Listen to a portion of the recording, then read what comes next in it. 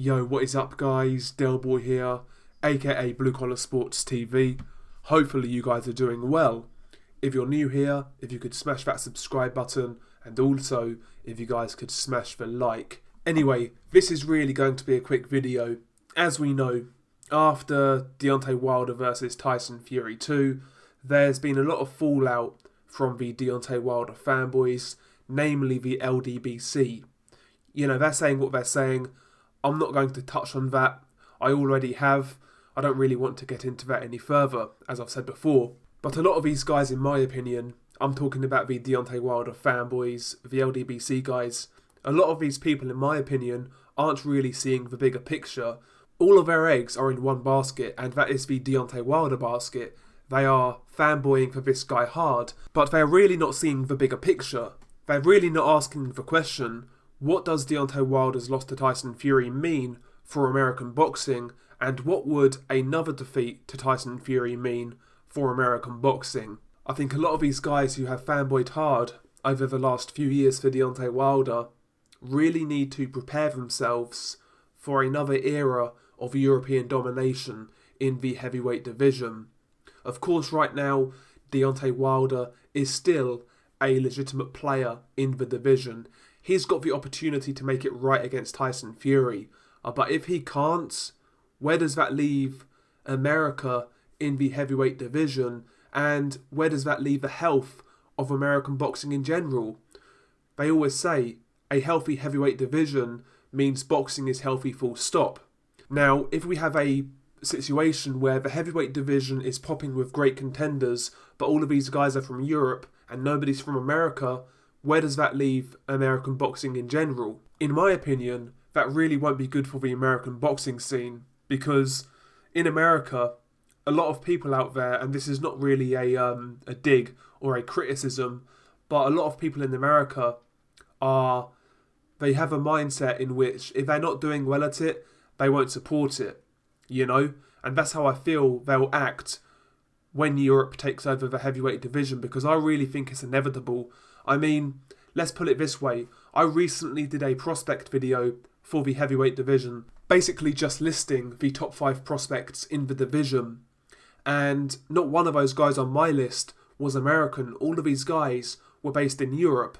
You know, I listed Victor Vikhurst, Daniel Dubois, Bakadir Jalilov, Filip Hrgovic, and Arslanbek Makhmudov. All of these guys are European-based heavyweights, and that's not naming other great prospects like Tony Yoka. All of the talent right now appears to be coming out of Europe, whereas America really don't have many prospects on the come-up. Yeah, they've got a few contenders right now, like Wilder. He can still make a noise, he's still got mad power, anything can happen. Jarrell Miller might get a title shot, but I don't really see him doing too much. Apart from that, at world level, America's really not producing top-class talents. And in regards to the up-and-coming prospects, you know, you've got guys like Stephen Shaw, who I don't particularly rate highly. Trey Lippe Morrison, I don't really see that guy going far. You've got a guy called Jared Anderson, who's 3-0. He's with Top Rank. I think he's the best prospect in America in the heavyweight division. I think he looks interesting. But again, he's not in my top 5 prospect list. So I think that's America's best hope right there, right now, from what I see, is Jared Anderson, to be honest with you. And by the way, these guys who are patriotic in the Ldbc, you know, they really push their guys. Where's the hype videos for Jared Anderson? You tell me.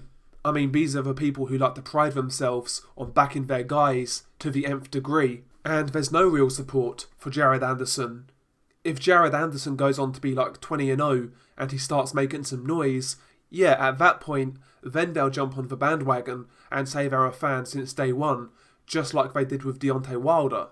But in reality, most of these guys only jumped on Wilder's train when he won the title. That's pretty much it, you know? Ultimately, these guys really need to prepare themselves for a barren period in the heavyweight division. You know, maybe they can reminisce about Deontay Wilder's title reign. Maybe that will make them sleep well at night. But in the next few years, I really find it hard to see America, you know, sustaining a big presence in the heavyweight division, because Wilder like I say, I think the chances of him beating Tyson Fury in that third fight are kind of slim. And if he loses that second fight, where does that leave him? Can you really count on Jarrell Miller? I don't think so. What about Charles Martin? Say no more. I mean, listen, these guys who have made this community so toxic over the last few years, the one positive thing about a potential European domination would be you guys are no longer involved. And that is a positive as far as I'm concerned. That's a positive. You guys have infected this community with sheer bile, venom, and just downright negative energy. And a European domination would exorcise you demons from this scene. That's the way I feel about these guys. That's why I try not to talk about it, in all honesty, because they're not worth talking about and it's just negative. I tried to keep that away from the channel, but yeah, I thought this video was worth making because I'm going through a lot of prospects right now, and like I say, I just don't see the talent coming from the United States that that necessarily makes me believe that they're going to be big players in the future. So you guys over there who are fanboys, aka the Ldbc, you guys really need to take that into account. You really do.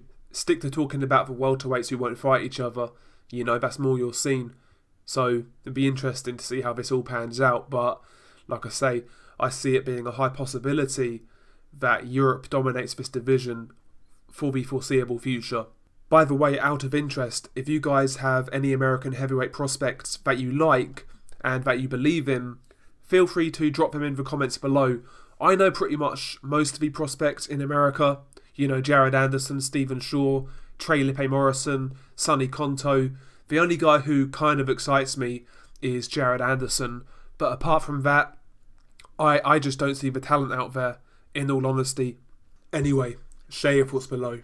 Peace.